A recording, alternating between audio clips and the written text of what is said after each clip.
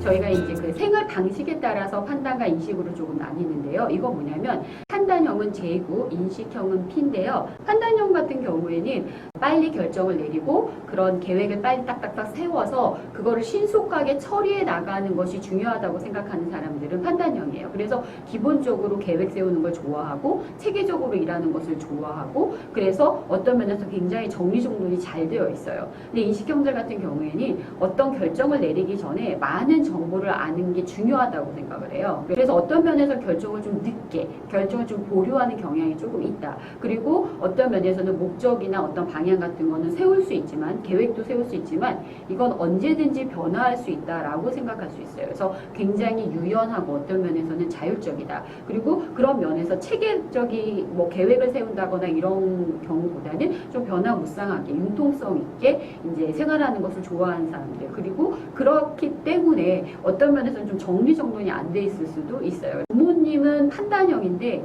아이가 인식형이다. 이러면 굉장히 많은 서로에게 굉장히 조금 힘들 수도 있다. 왜냐하면 판단형인 부모님들 같은 경우는 계획이 세워져야 하고 그 다음에 정돈도 되게 잘 되어 있어야 하거든요. 근데 인식형의 아이들 같은 경우는 이게 정돈이 안 돼 있다라는 것 자체도 생각할 수가 없고 기본적으로 그리고 너무 체계적으로 뭐 이거 다음에 이거 다음에 이거 다음에 이렇게 결정을 해버리면 너무 답답해하는 아이들도 있어요. 그래서 어떤 면에서 인식형은 조금 자유롭게 유연하게 하는 것들에 대해서 더 좋아하고 정돈 같은 것들도 어떻게 보면 좀 잘 정리가 안 돼 있어도 이게 정리가 안 돼 있는지도 모르고 이제 약간 자유롭게 지내는 것을 좋아하는 아이들이죠. 그래서 이런 부분에서 조금 다를 수 있다. 그 다음에 저희 그 판단과 인식과 관련된 학습 스타일을 조금 보시면은 그 학습 스타일이 매우 다르죠. 계획에 맞춰서 공부하고 일하는 거 이런 것은 확실히 판단형의 아이들이 잘하죠. 그리고 인식형의 아이들은 계획을 너무 구체적으로 세우는 것에 대해서 답답해하기도 하고 실제로 어떤 계획 세우는 것 자체에 대해서 잘 따라가는 것 자체도 별로 재미없어 하는 경우들이 많이 있어요. 그래서 부모님들께서 보시면 솔직히 이제 공부를 하거나 숙제를 하거나 이런 것과 관련해서는 판단형의 아이들이 손이 조금 덜 간다고 볼 수는 있어요. 그리고 인식형의 아이들은 그런 면에서는 좀 체크를 해줘야 되는 부분이 있기 때문에 조금 손이 더 가기도 한다라고 볼 수 있겠죠. 하지만 조금 또 장단점이 있겠죠.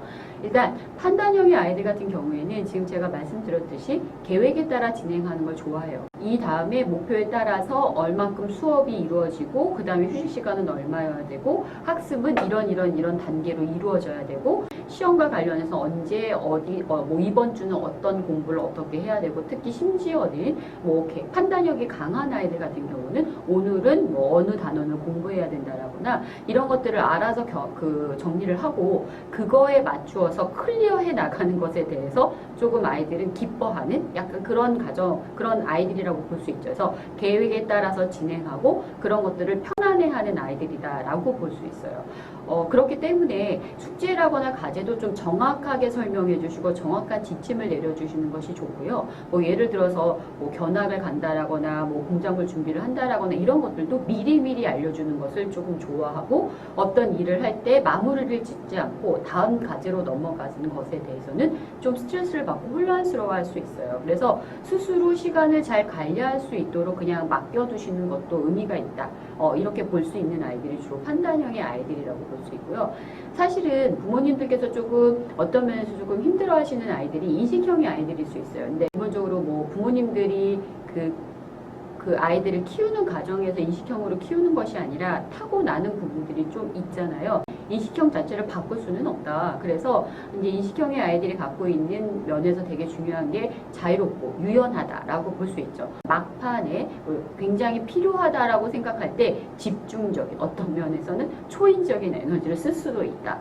뭔가 항상 보면 벼락치기를 한다라거나 조금 밀어놓는다라거나 이럴 때 좀 스트레스 받으실 수는 있지만 실제로 뭐 과제를 그렇게 크게 뭐 미루어서 크게 문제를 만들어냈다라거나 이제 뭐 그런 뭐 성과라거나 이런 것들이 많이 떨어진다라거나 그렇지 않으면 그냥 맡겨 놓으시는 것도 나쁘지 않다라고 볼 수 있어요. 오히려 이런 아이들을 계획에 맞추어서 이제 시간 관리에 맞추어서 몇 시부터 몇 시까지 뭐 해라 이렇게 되면 아이들이 좀 더 자기가 갖고 있는 폭발적인 에너지를 쓰지 못할 수도 있다라고 볼 수 있어요.